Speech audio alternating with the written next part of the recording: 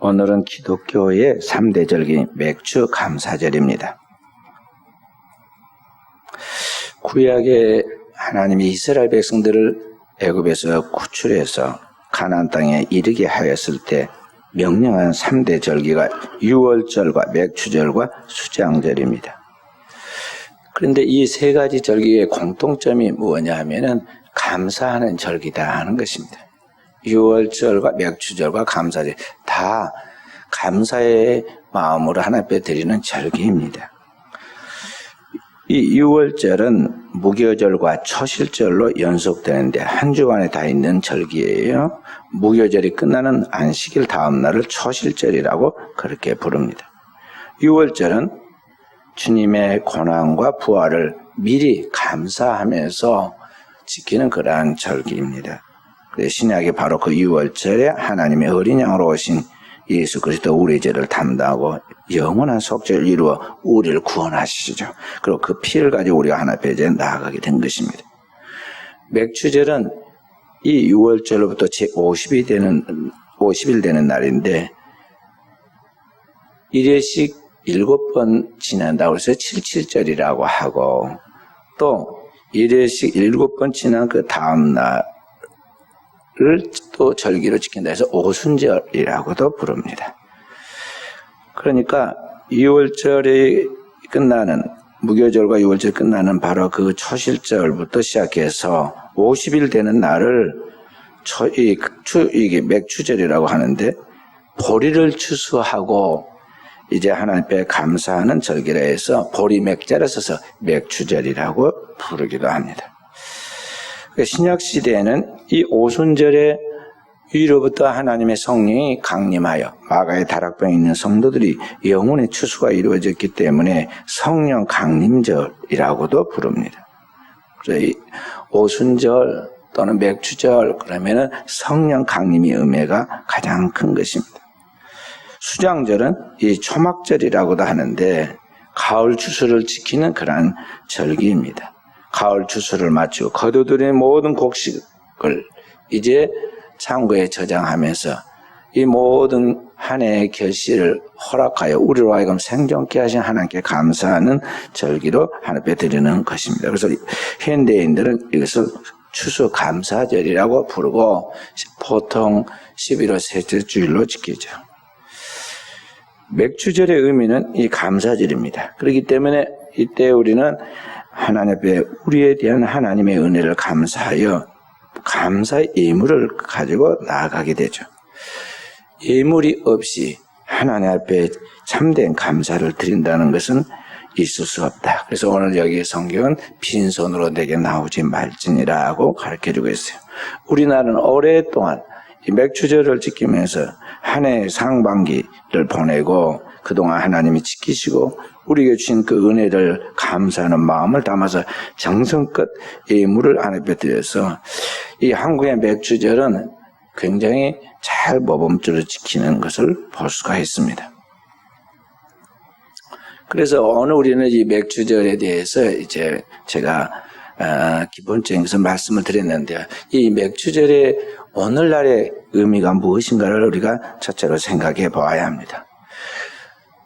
마가의 다락방에 초대교회 성도들이 성령을 받은 그때가 오순절이라 그랬습니다. 맥주절이라는 그런 말인데요. 왜 맥주절, 오순절에 성령이 마셨을까를 우리가 생각해 보아야 합니다. 그리스도 예수께서 십자가에서 우리를 죄에서 구속하시고 부활하신 다음 그 제자들을 40일 동안 이 땅에서 다시 재교육을 시키고 그리고 승천하시는 열흘 만에 성령이 강림하셨는데 그렇게 해서 그동안 하나님께서 이스라엘 백성들을 구원하기 위하여 하나님의 농사를 지어서 거둬들인 그 익은 첫 열매가 뭐냐면은 마가의 다락방에 모여있는 성도들이 성령으로 말미암아 물과 성령으로 거듭나서 새로운 하나님의 나라의 곳간에 들어가는 알곡이 되었어요. 그래서 성령의 첫 열매를 맺었다. 그렇게 말씀을 하고 있습니다. 그러니까 오늘 우리는 이 맥주절에 그리스도인은 뭐냐? 바로 하나님의 나라의 성령의 첫 열매를 맺음에 대한 감사를 하나님 앞에 드리는 것입니다. 오늘 우리가 누구냐? 우리는 그리스도의 피로 구원받아 성령의 열매를 맺은 성령의 첫 열매다 하는 것입니다. 그래서 오늘 여기 23절에 말씀하기를 그뿐 아니라 또한 우리 곧 성령의 처음 익은 열매를 받은 우리라고 그렇게 말하고 있어요. 오늘 우리는 성령의 첫 열매라는 것이죠. 그래서 오늘 우리는 하나님의 나라의 곳간에 들어가서 알곡이 곳간에 들어가듯이 하나님의 나라의 곳간에 들어가는데 우리는 단지 이런 식물을 이야기하는 것이 아니라 하나님의 나라에 들어가는 백성이라는 것을 지금 열매 맺는다는 그러한 것으로 지금 묘사를 한 것입니다. 그러니까 하나님의 나라에서 하나님 앞에 완전한 하나님의 자녀로 양자가 되는 그리스도 예수가 하나님의 유일한 친아들 독생자이신데 그의 피로 구원받은 우리는 법정의 하나님의 자녀가 되는 양자가 되었어요. 그래서 하나님 나라의 양자가 되는 그 축복을 받은 자들이다 하는 것입니다. 그러므로 오늘 우리는 그런 하나님의 은총을 받은 자가 되었으므로 더 이상 세상의 죄의 노예가 되어가지고 이 세상과 세상에 있는 것들에 끌려다니면서 죄의 욕망에 시간과 정력을 낭비하면서 헛된 삶을 살아가지 않도록 해야 한다. 그래서 오늘 여기 보면은 21절에 그렇게 말했습니다. 그 바라는 것은, 소망하는 것은 피조물도 썩어지며 종로를 한 데서 해방돼요. 오늘 우리 인간과 모든 피조물이 이 죄로 말미암아 사망당하여 썩어지는 그 죄의 종로를 한 데서 해방돼요. 그리스도께서 우리를 해방시키셨죠. 하나님의 자녀들의 영광에 자유에 이르는 것이라. 하나님의 아들 곧 그리스도께서 우리에게 참 자유를 주셨죠. 진리를 알지니 진리가 너희를 자유케 하리라는 말씀처럼 참 진리 되신 그리스도께서 우리를 죄와 사망에서 구원해서 하나님의 영원한 자녀가 되게 하고 하나님 나라의 영광 가운데 살아가도록 만드셨는데 그렇게 하나님의 참 자유를 우리에게 주셨으므로 오늘 우리가 하나님이 우리에게 주신 그 은총과 그 특권들, 하나님이 주신 그 죄에서 해방시킨 우리의 자유를 세상에 헛된 데 낭비하지 말아야 한다는 것입니다. 갈라디아서 5장 1절에도 사도 바울은 그렇게 말했습니다. 그리스도께서 우리를 자유롭게 하려고 자유를 주셨으니 그러므로 굳건하게 서서 다시는 종의 멍에를 매지 말라 그랬어. 그리스도께서 우리에게 자유를 주시려고 죄와 사망에서부터 해방시켜서 우리에게 영원한 하나님의 자녀로서 자유인으로서 살아가도록 만들어 주셨으니 다시는 뒤돌아서서 세상의 죄의 마귀의 종이 돼가지고 시간과 정력과 인생을 낭비하면서 헛되게 그러한 삶을 살지 말라는 것입니다.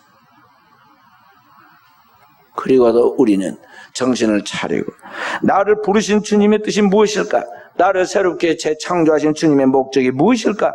내가 오늘을 무엇을 위하여 살아야 하는가를 하나님의 말씀 속에서 분명한 답을 찾고 주님이 이 땅에 우리를 살리려고 오신 것 같이 오늘 우리도 주님의 그 연합한 동역자로서 그의 자녀로서 그의 제자로서 주님의 지상 명령을 따라 이 땅에 그 복음을 전파하는 일에 오늘 우리 자신이 쓰임받도록 해야 한다 하는 그런 말씀입니다. 이것이 오늘 진정으로 주님을 믿고 주님을 아는 자로서 주님의 구원을 받은 자로서 그 받은 은혜에 보온하는 삶이기 때문에 그러한 것입니다. 사람은 뭔가 받으면 보답을 해야 돼요. 그때 보람이 있고 인생에 사는 행복이 있는 것입니다. 자녀를 키울 때 부모가 많은 수고와 자신의 인생을 낭비하고 고생을 하죠. 젊음을 다 자녀 키우는데 보냅니다. 그런데 그 자녀가 성장해가지고 세상 속에서 꼴이 되지 않고 머리 되고 들어오고 나오면서 잘 되어서 이 모든 것이 나를 키워준 부모의 공덕이다, 사랑이다, 부모가 나를 돌봐주신 그 은혜다 하는 걸 알고 부모에 대하여 애중하게 여기고 거기에 보답하려는 마음과 정신을 가지면 얼마나 그것이 행복합니까? 모든 지나온 삶의 고통과 괴로움들 다 잊어집니다. 비록 그것이 종이 한 장에다가 그림 하나를 그려서 줬을지라도 생일 카드 하나를 보냈을 아주 미약한 것일지라도 자녀가 부모를 생각하는 그 마음을 표현했을 때 부모는 모든 고통이 사라지고 행복해지는 거예요. 오늘 우리를 구속하신 주님 앞에 나를 창조하시고 죄에서 구속하시고 그 영원한 하나님 나라에 인도하여 하나님의 자녀로서 우리를 참 자유를 주신 그 주님 앞에 우리가 그의 보은하는 삶을 살려고 할 때 하나님께서 얼마나 기뻐하시겠느냐 하는 것이죠. 그래서 오늘을 살아갈 때 우리는 나에게 그 하나님의 은혜, 그 자유를 주신 하나님 앞에 어떻게 살아야 하는가를 잘 마음 중심을 잘 자세를 갖고 살아야겠어요. 첫째는 우리 주님께서 내게 주신 이 자유의 의미가 무엇인가를 알고 오늘 하나님의 성령의 첫 열매가 되어 하나님의 곳간에 들게 된 그 주님 앞에 내게 주신 그 하나님의 은혜에 감사하는 마음을 가지고 진짜 충성을 하는 자로 살아야 한다는 것입니다. 진짜 충성한 자로 살아야 한다. 그냥 눈에 보이는 때만 그런 것 같이 그런 척 하면서 사는 거짓된 충성이 아니라 정말 철든 성숙한 하나님의 자녀처럼 우리 하나님 앞에서 주님과 똑같은 마음이 되어서 아버지 앞에 충성하는 사람이 되어야 한다는 것이죠. 요사이는 세계가 코로나19로 인하여 사람들이 모든 것을 계획했으나 계획대로 되지 않고 다 멈춰버린 상태입니다. 과거의 인류의 역사에 보면요, 유럽에 페스트라는 큰 전염병이 들었는데 쥐에서 들어온 이 병균이 사람에게 전염이 되어가지고 그 흑사병 또는 페스트라 불리는 이 질병으로 인해서 많은 사람들이 죽어갔습니다. 그래서 유럽이 한동안 멈춰버린 때가 있었는데 요사이는 그런 정도가 아니라 그보다 훨씬 작고 미미한 바이러스라는 이 작은 것이 사람에게 들어와가지고 사람들의 모든 것을 딱 멈춰 세워버렸어요. 그동안 세상은 세계화라고 부르면서 사람들의 공간의 거리를 극복합니다. 그래서 미국에서 한국으로 일본으로 와가지고 왔다가 바로 비행기 타고 또 돌아갈 수 있을 만큼 일일 생활권이 세계가 일일 생활권이 되었어요. 시간과 공간을 초월해서 세상이 동시에 접속하고 동시에 일하고 만나지 않고도 회의를 다 처리할 수 있는 시대가 되었습니다. 사람들은 인간의 힘으로 못할 것이 없다고 이제 모든 나라마다 자기의 힘을 자랑하고 자신의 위대함을 자랑하면서 오만했어요.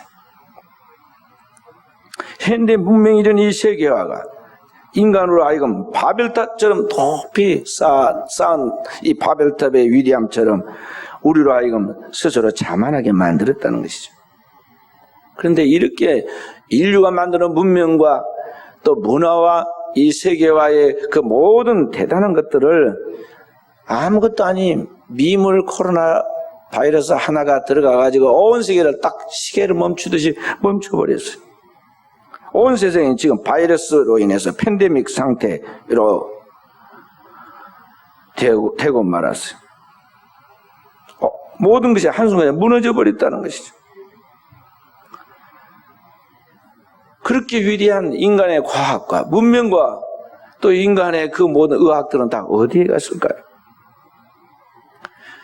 고대의 역사에 보면은 인류가 하늘에 다다른 다시는 홍수로 떠내려가지 않도록 성을 쌓고 탑을 쌓아서 흩어짐을 면하자 했지만 하나님이 내려와서 그들이 어리석음을 보시고 그들의 생각 속에 언어를 흩어버렸더니 그들이 다시는 그 탑을 쌓지 못하고 지금도 그 흔적이 남아있습니다. 바벨탑. 오늘날 세상이 보이지 않는 바벨탑을 쌓고 있습니다. 물론 눈에 보이는 그런 형상으로 많은 건물도 짓고 있죠. 그런데 하나님께서 이러한 인간의 오만함과 인간의 교만함을 보고 웃으십니다.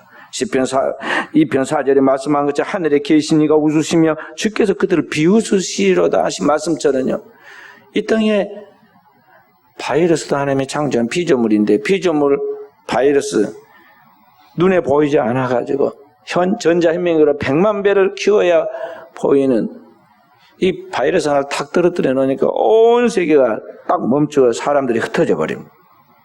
옛날에는 모이는 것이 아주 대단한 세력이고 멋으로 보여가지고 모입니다. 얼마나 많이 모였느냐, 얼마나 대형 집회로, 얼마나 많은 사람들이 모인 곳에서 뭘 하느냐, 이런 걸 대단하게 생각했죠. 근데 요새는 어떻게 합니까? 모이는 것이 위험한 일이 되었고요. 이제는 사람과 만나가지고 옛날처럼 볼을 비비고 스킨십을 하고 그런 것이 도리어 이제는 경계의 대상이 되었어요. 서로 거리를 두고 그냥 안 만나는 것이 미덕이라고 생각하고 지독한 개별화로 돌아갔어요. 생명의 안전을 위해서. 그렇게 가까운 사람들, 가족들도 요 코로나에 접촉된 것 같다 그러면요, 막 당장 거리를 지켜야 하고 격리시켜야 하고 봉쇄시킵니다. 만약 말 안 들으면 지금 고소 고발하잖아요. 그래서 가둬버립니다. 그러다 보니까 모든 사람이 이제는 각자 자기만의 굴 속에 들어가지고 자기 안에 갇혀 살아야 돼요. 나가면은 문제가 생기는 거예요. 하나님이 지금 만드신 겁니다. 과거 이스라엘 백성들이 출애굽에 나와가지고 가나안 땅에 들어가서 살 때 몸뚱이는 나와서 가나안 땅에 있고 하나님 앞에 제물을 바치고 주여 주여 여호와여 하고 예배를 드린 것 같고 제사한 것 같았지만 실제로는 마음은 그 땅에 있는 사람들과 똑같이 또는 그 사람보다 더 세속적이고 정욕적이고 육체적으로 죄악을 탐하니까 하나님께서 아예 맛을 지는 소금을 밖에 버려버리듯이 그들을 들다가 저 통째로 이방 땅에 그들이 그렇게 좋아하는 세상 중심이 바벨론에 던져놓죠.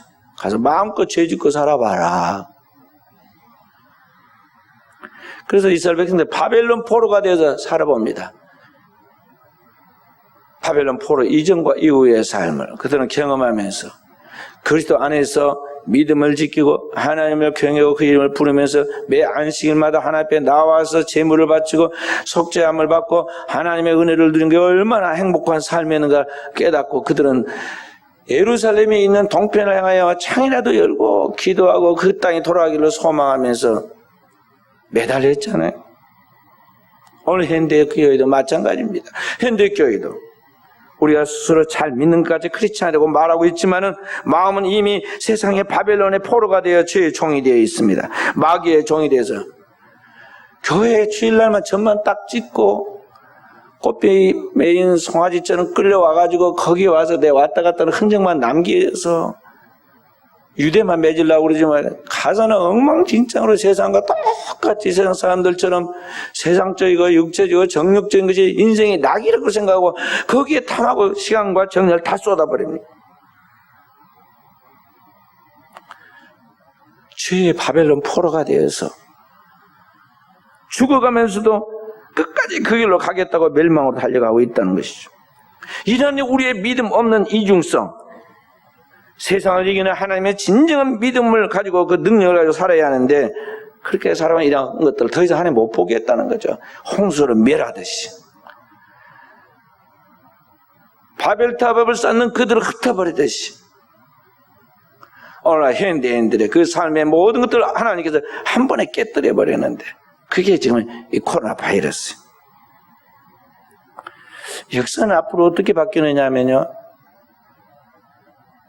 BC와 AC로 바뀝니다. 옛날에는 BC 그러면 Before Christ, 예수 그리스도 이전,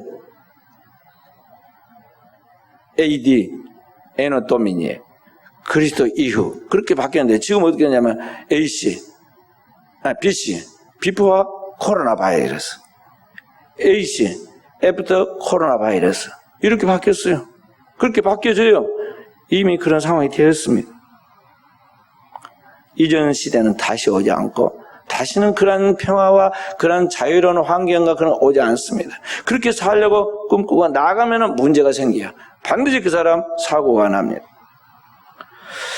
그렇기 때문에 우리 크리스찬들의 정신을 바짝 차리고 오늘 이러한 삶을 허락하신 하나님의 뜻이 무엇인가를 생각하면서 정신을 차리고 오늘 하나님 앞에서 겸한 자세로 우리의 삶을 뒤돌아보고 회개해야 합니다. 그리고 우리의 미래를 생각하면서 거룩한 삶을 살려고 해야 돼요. 자신이 그동안 어떻게 살아왔는가에 대한 자신의 그러한 분수와 주제를 알고 하나님께서 나에게 주신 그 모든 일상의 행복들, 하나님께서 내게 주신 그동안의 모든 달란트를 그동안 무엇을 위하여 내가 살아왔던가에 대하여 회개하면서 주님이 내게 주신 그 시간의 한계 안에서, 내게 주신 건강과 내게 주신 그 재능의 한계 안에서 이제는 무엇을 위하여 살아야 할 것인가에 대해 자신의 삶을 재정립해서 나아가야 한다는 것이죠. 나를 창조하시고 나를 죄와 사망에서 그 아들 예수의 피로 구속해 주시고 그 영원한 하나님 나라의 성령의 첫 열매가 되도록 우리를 인도해 주시는 그 하나님 앞에서 내가 어떻게 살 것인가에 대하여 내 인생의 제2의 설계를 해서 나아가는 삶을 살아야 한다는 그런 말씀. 두 번째는 오늘 우리의 당면한 이 위기 속에서 우리는 나를 죄와 사망에서 십자가 보혈로 구원하시고 성령의 열매를 맺게 하신 그 하나님의 지극한 사랑을 신뢰하고 그 하나님의 사랑에 근거해서 나에게 당면한 이 위기를 담대하게 물러서지 말고 헤쳐나가라 하는 것입니다. 요새 코로나 바이러스가 번지니까 국가도 다 위축이 되고 회사나 개인도 모두가 다 위축이 돼서 될 수 있으면 만남을 피하고 부딪힘을 피하고 그리고 서로 이렇게 어울리는 것을 피하려고 합니다. 어려움 앞에서 사람들은 두려워하고 포기하는 마음을 갖게 하죠. 인간이 대단한 것 같이 자존심이 하늘을 찌르는데 너무나 나약해졌습니다. 그동안 사람들은 사람들과 안 만나고 사람들의 간섭을 안 받고 서로 부딪히지 않고 마음 편하게 살고 싶다고 자기만의 공간을 만들었습니다. 그래서 자기만의 좁은 공간, 자기의 집, 아파트, 또 자기 아파트 안에서 자기만의 공간, 또 방, 자기만의 뭔가를 가지고 자기 마음대로 살고 싶다고 그랬어요. 그래서 인간이 어떠합니까? 강해졌습니까? 대단해졌습니까? 그렇지는 않아요. 사람이 부담을 피하고 자기만의 세계를 구축하면 대단한 것까지 될 것 같지만은 그렇게 살다 보니까 점점 나태해집니다. 발전하지 못하고 점점 나약해졌어요. 그래서 위기를 만나보면 그 사람이 어떤 사람인가를 알 수 있는데 위기를 만나면 금방 겁을 먹고 뒤돌아서고 좌절하고 극단적 선택을 합니다. 그 사람이 이리저리 막 핑계를 하다가 극단적 선택을 해요. 그래서 현대인들은 그렇게 목숨이 귀한데 살려고 애를 쓰고 병원에 가서 그렇게 곧 죽어가는 목숨도 살리려고 연장해 보려고 그렇게 노력하는데요. 스스로 자기 자신을 자해해가지고 죽은 사람이 얼마나 많습니까? 그런데 이 세상의 빛으로 오늘 본을 받은 우리 성도들은 이러한 세계 속에서 이들에게 진정으로 이런 가운데 이 문제를 풀어나가는 빛이 되도록 담대하게 앞장을 서가지고 그 문제를 해결해 나가는 사람들로 희생하고 헌신하고 나아가는 종들이 돼야 한다는 것이죠. 오늘 성령의 첫 열매로 선택된 열매의 우리 성도들이 문제를 두려워하지 아니하고 담대한 마음으로 문제를 부딪혀서 나아가게 되면 어떤 문제도 다 풀어갈 수가 있는 것입니다. 하나님은 항상 피할 길을 주신다고 그랬고 어떤 문제를 극복할 수 있도록 능력을 주신다고 그랬어요. 그래서 성경에 보면은 피할 길을 주신다고 그랬고 어떤 데는 능력 주신 자에서 모든 걸 할 수 있다고 그랬어요. 그러니까 둘 중에 하나예요. 우리가 감당치 못할 시험에는 하나님 피할 길을 주십니다. 그리고 우리가 감당해서 복이 될 것을 하나님이 감당할 수 있도록 하나님의 능력을 공급해 주세요. 그렇기 때문에 그리스도인에게는 어떤 면에서는 어떤 면으로든지 하나님 다 책임을 진다는 걸 알고 그 하나님을 신뢰하는 그 하나님의 절대적인 사랑을 신뢰하는 믿음으로 나가야 한다는 것이죠. 우리나라에서 미국으로 가자면 태평양 한가운데 미국 땅 하와이라는 것이 있는데요. 우리나라 사람들이 많이 그 땅에 가서 그 사탕수수 재배를 하면서 고통받은 그런 세월을 보냈던 역사에 기록되어 있어요. 그 하와이의 북쪽 해변을 노스 소우라고 소어라고 하는데요. 이 노스 소어 그쪽에서 부르기로 와이키키 해변이라고 그럽니다. 근데 이 해변에는 평상시에 이렇게 사람들이 가서 모래밭에서 수영하는 그런 곳이 아니고 아주 파도가 치고 바람이 세가지고 일반 수영하는 사람 거기 들어갈 수가 없는 것이. 거기는 어떤 사람들이 들어가느냐? 이 바다에서 서핑보드를 타는 이 서퍼들이 있어요. 서퍼들이 거기에 바람이 세게 불고 사람들이 다닐 수 없을 만큼 그런 때 파도가 막 넘실거리고 그러합니다. 그러면은 그들은 그 서핑보드를 들고는 막 달려서 그 해변을 갑니다. 왜냐하면 파도 타려고요. 거센 파도를 탁 타고 파도가 높을수록 거셀수록 그들은 더 스릴이 있고 짜릿한 파도 타는 기쁨이 있거든요. 이와 같이 오늘 우리 인생도 마찬가지라는 것입니다. 인생에 거친 파도가 일어날 때 세상을 그냥 안일하게 대충 사는 사람은 두려워합니다.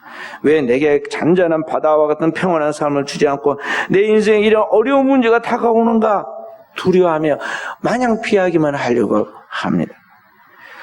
그러나 오늘 하나님의 백성들은 나를 죄와 사망에서 구원하신 하나님의 어린 양 되신 예수 그리스도 그 피로 나를 구속해 주신 것 같이 그 하나님께서 나를 영원한 하나님 나라에 완전한 열매를 맺는 하나님의 성령의 첫 열매로 완성될 때까지 책임진다는 그런 믿음을 가지고 이 위기 때에도 주저하거나 뒤돌아서지 아니하고 담대하게 이 위기의 파도를 타고 앞으로 나아간다는 것이죠. 그렇게 될 때 하나님께서 그 믿는 자에게 진정한 승리의 기쁨을 주실 것입니다. 오늘 로마서 8장 여기 말씀을 좀 더 쭉 읽어보면은 사도가 그렇게 이야기합니다. 31절부터 그런즉 이 일에 대하여 우리가 무슨 말 하리요? 하나님은 우리를 유하시면 누가 우리를 대적하리요? 자기 아들을 아끼지 아니하시고 우리 모든 사람을 위하여 내주시니가 어찌 그 아들과 함께 모든 것을 우리에게 주시지 아니하겠느냐? 누가 능히 하나님께 택한 자들을 고발하리요? 의롭다 하신 이는 하나님이시. 누가 정죄하리요? 죽으실 뿐 아니라 다시 살아나신 이는 그리스도 예수시니 그는 하나님 우편에 계신 자요 우리를 위하여 간구하시는 자시니라. 누가 우리를 그리스도의 사랑에서 끊으리요? 환난이나 공고나 박해나 기근이나 적신이나 위험이나 칼이라 기록된 바 우리가 종일 주를 위하여 죽임을 당하게 되면 도사를 양과 같이 여김을 받았나이다 함과 같으니라. 그러나 이 모든 일에 우리를 사랑하신 이로 말미암아 우리가 넉넉히 이기노라. 내가 확신하노니 사망이나 생명이나 천사들이나 권세자들이나 현재일이나 장래일이나 능력이나 높음이나 깊음이나 단 어떤 피조물이라도 우리를 우리 주 그리스도 예수 안에 있는 하나님의 사랑에서 끊을 수 없으리라.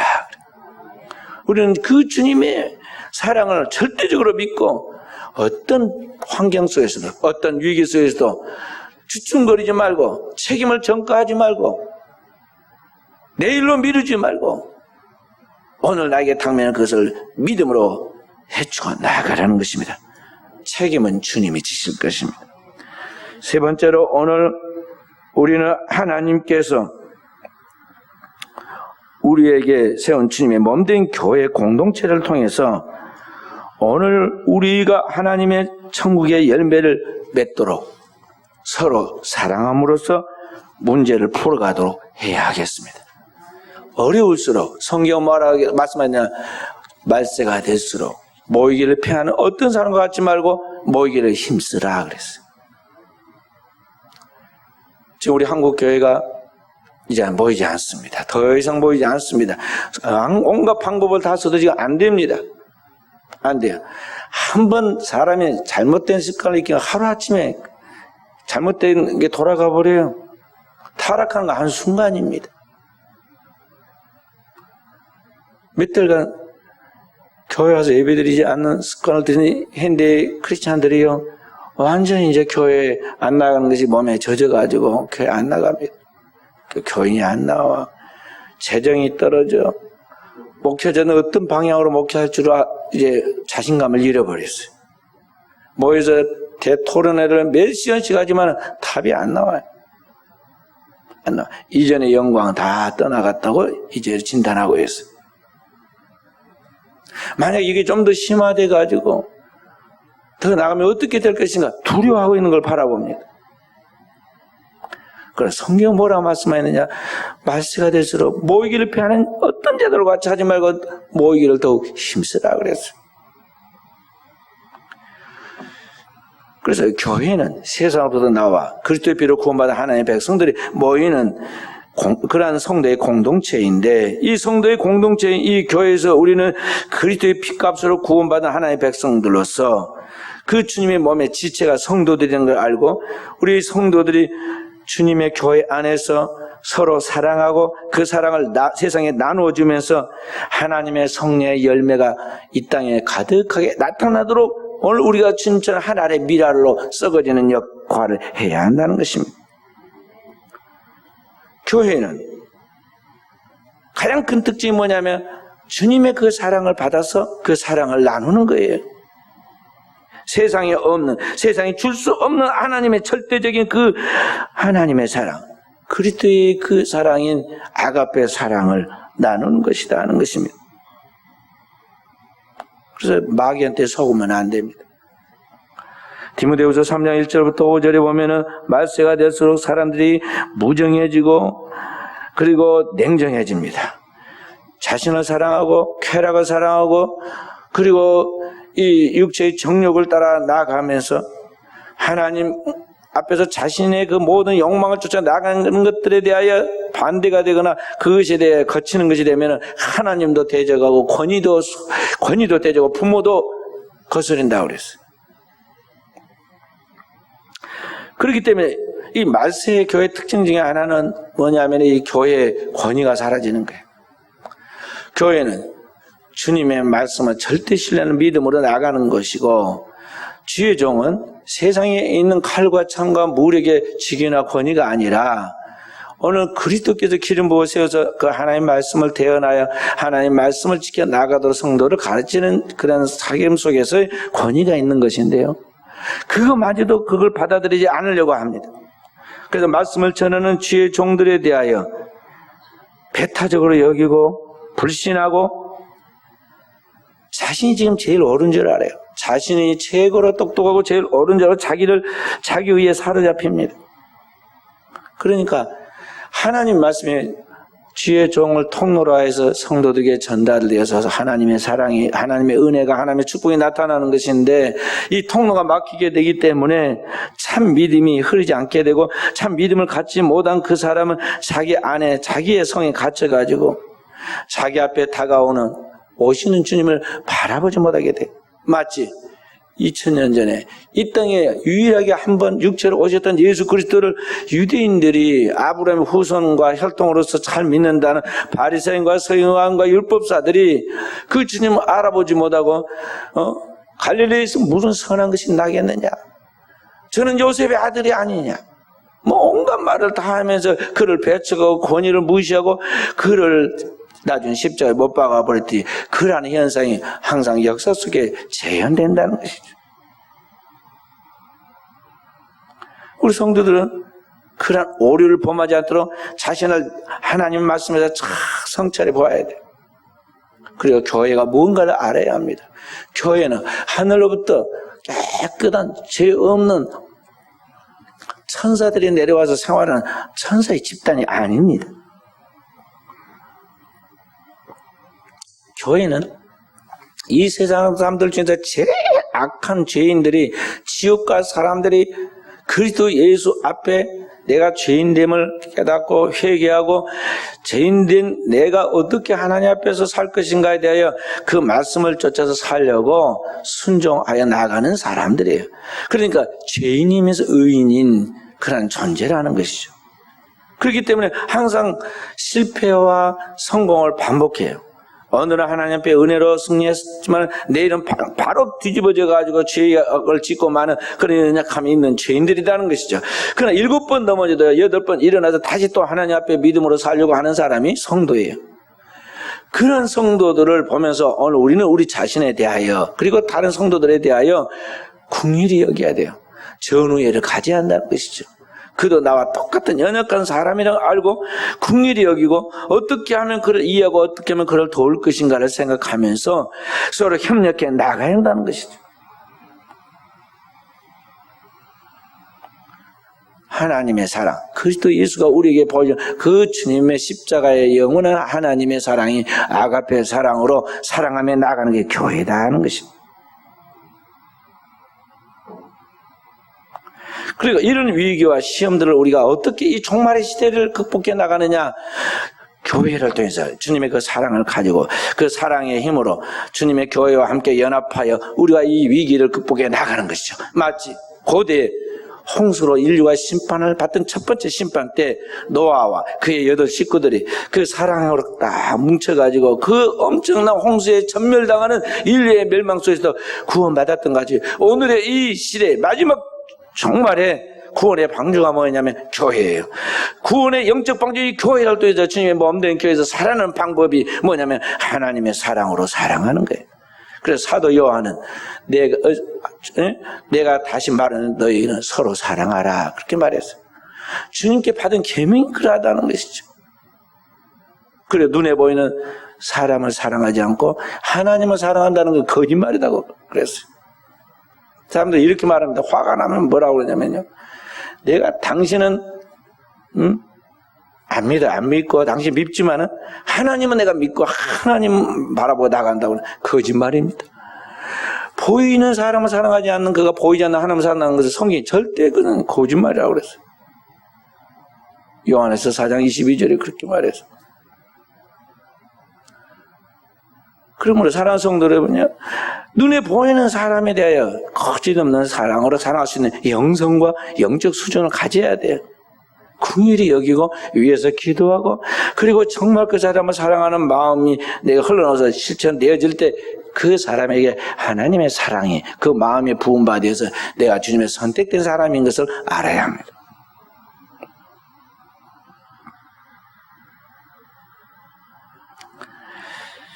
말씀을 마치도록 하겠습니다.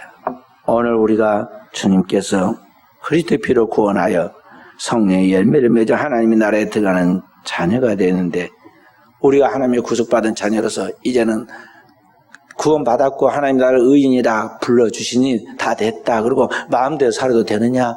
그것은 이단이에요. 구원파 이단이 늘 하는 말이 그 이야기예요. 그렇지 않습니다.